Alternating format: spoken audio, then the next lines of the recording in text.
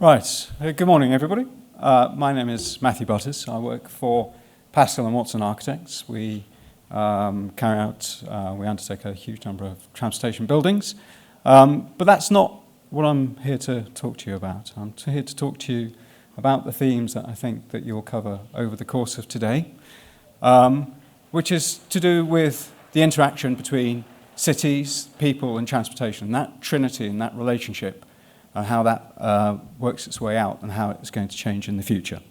So they say with a public speaking talk, never start with an apology. So I'm not going to apologize for changing the title of the talk from the word salad that we had before to something a little bit more pithy around transport and the city and the identities of the citizens that inhabit it, and how that is shaped and how that will evolve. The other thing that I've always wanted to do is do a talk without any slides. Now, I haven't quite got there yet, but I have been going back in time. So, there. Hang on. Excuse me. What I see on the screen here is one slide behind. So, I am going to apologize. That's the title of the talk. And now, my first slide, going back in time, is this. And the reason I'm showing you Stonehenge is because it's not a city. This is a city. Well, stupid, yeah, but it's not the architecture. It's not the form. It's not the people that inhabit it that made it the city or that allowed it to be a city. Stonehenge was a place of gathering. It was a seasonal, pre-arranged place where people would get together, but it was only occupied for small periods in every year. The difference between Stonehenge and the Forum in Rome is really because of this, which is to do with transportation systems. And it provided people with the ability to convene and converge, to transact, and to develop a society which was richer, included commerce, and included politics. So without the transportation city, without the transportation systems that facilitated the city itself couldn't exist. And that relationship, I think, is very, very important.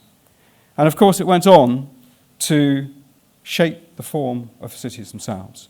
So to a greater or lesser extent, the transportation systems that cities were generated by also affected the form of the city, be it narrow or wide, be it regular or irregular. And you can see that in numerous examples around the world, be it a system that's water-based or a system that's road-based. That, in turn, though, that relationship between form and identity is quite fluid with the people that lived in the city. So the way in which people live in the city, of course, is inevitably shaped by the scale of the city, but also the way in which people think about themselves is shaped by the city itself. And that goes through to then a point to do with identity and how people then think of themselves within the city and how they think about the spaces that they use in the city. So in this example, obviously the relationship with the street is very close. It's a pedestrian city. I think one of the biggest pleasures in my life is to walk down the centre of the road, because I see myself as a pedestrian guy, a cycle guy. That's what I like to do. And it's not my total identity, but there's a certain piece of urban identity that is in me because of that. And that varies. I love this photograph because each of these people is separate. I don't think they know each other, but they're also kind of tribal. They have a shared underground journey. They have a shared uniform. They probably go to similar kinds of jobs. They certainly think of themselves as being similar kinds of people, and that converges on the mode of transport that they take around the city. Now, that's a very people-based kind of identity. This is a different kind of identity. Perfectly valid. There's nothing wrong with it. It's got no people in it. That's deliberate on my part. I also ripped it off the Daily Mail website as well. I'm not going to credit them. But it kind of shows how the way in which people move around cities, between cities, underpins the way in which they think about themselves and reflect their aspirations. And this really is the nub of it, this photograph here, where I learned about how people that are outside of the conventional realm of society, so gang members, homeless people, have their own language for different things within the street, different people within the street. And they're looking at the street in a completely parallel way to the way in which I look at it. And they're perceiving the space in a completely parallel way that I see it. And that's because partly they have a different general engagement with society, but it's also partly how they get around it, how they can run away from the police, how they can hide, how they can find somebody friendly, how they can avoid somebody hostile. And this all shapes the way in which we think about our spaces. And that, in turn, leads us to have to think about how we design spaces. Now, my background is an airport guy. So some of the things I'm going to talk to you here about airports and what we are learning through the airport space in our interaction with technology, and then how that can change from the spaces that we design.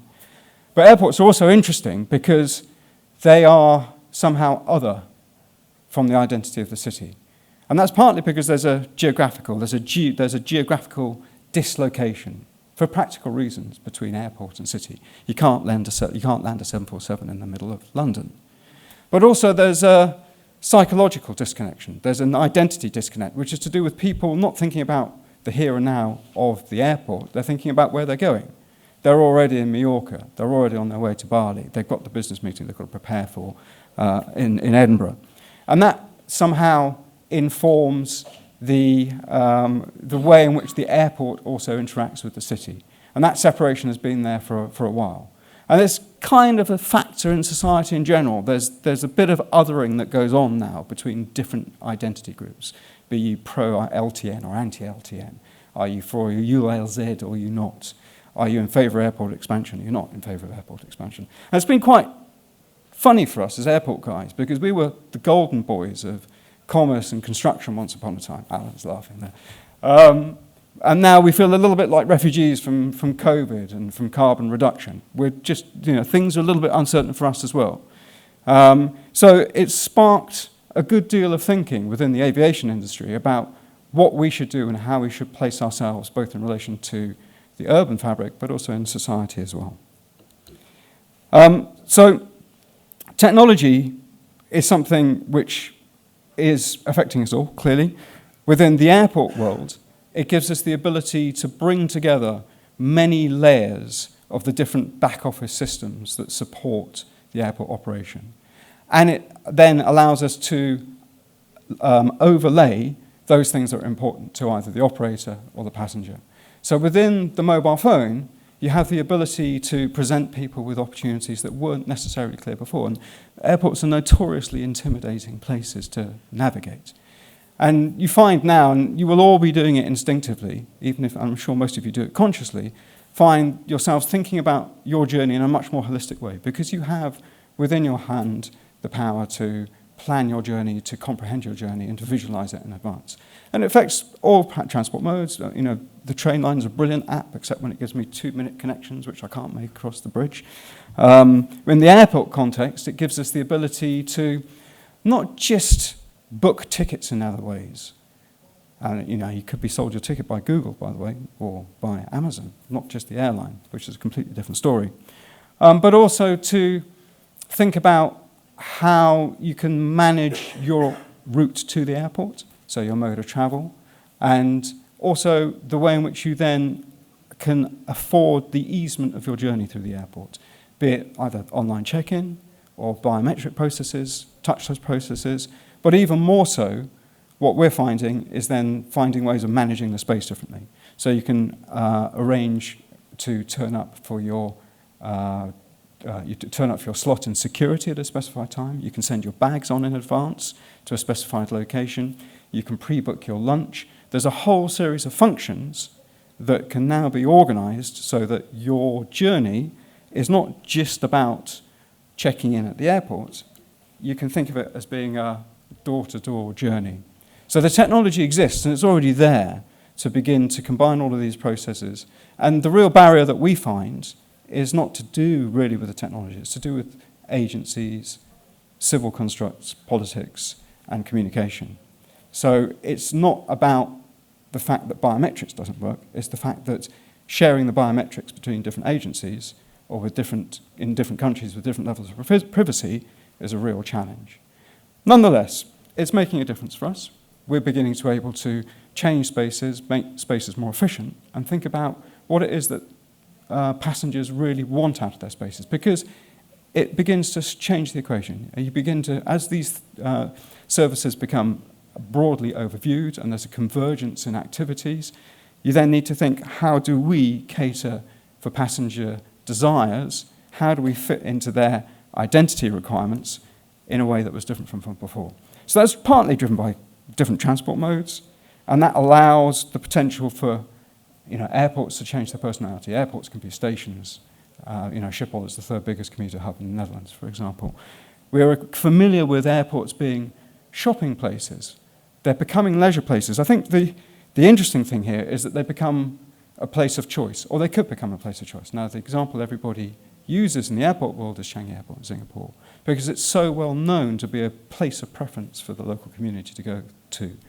Now, that has deep roots within Singaporean society. The founding generation of Singapore, who are still around now in their 70s and 80s, they like going to Changi because their identity is the bus pass generation. They can get the bus, which is their preferred means of travel, to the airport. And not only that, in the airport there's air conditioning, there's clean toilets, and their neighbours are there. So it's a fantastic social forum. But Changi is built on that, and they've turned themselves into the best airport in the world. And they've self-consciously created spaces, hotels that people want to go to, which becomes a point of preference. It becomes a point of selection. And it's also, interestingly, becoming a point of convergence. And as you then look at the development of the airport and the development of the city, you can increasingly think about the types of spaces that people want to go to and pass through. And the interesting question there is, with this new array of selection, or this new ability to select, how do those spaces, does that change people's identity? Does it change their feeling about themselves? Or do they still want the same kinds of spaces? Do they want to have a public square? Do they want to have a street? Do they want to have an indoor mall? These are all things that we're playing with at the moment. So this was something that we did with Zaha's, which is about bringing the airport right into the city. So rather than the city going out to the airport, having a terminal in the middle of town. And it's fantastic. There's some fantastic practical challenges there, but it can be done. But you have to be realistic as well. And there's a talk going on somewhere else about the practical constraints around urban development. So I think it's a fantastically interesting time to be designing, because the ability for people to decide for themselves how they want to occupy their space, how they want to identify within their space, how they want to use the space, how they want to get to a space, is something that we've all got to try to understand. And will it be the case that we want to then, will we be providing a series of Covent Gardens, or will we be providing a series of Disneylands? Is that a space that people want or a space that don't want? And Disneyland's really interesting, by the way, because it's a great leveller in terms of being dislocated and having a completely other kind of identity. But that's a talk for another day. So what kind of spaces do we need to create? Is it spaces that people just want to be in, or is it spaces that they must use? Is it spaces that they understand? Is it spaces that they identify with? I've gone back to this photograph here because I just wondered whether anybody could tell me what's wrong with it. I didn't think you would, and I'm quite pleased by that. Well, the thing is, of course, it's not a photograph at all.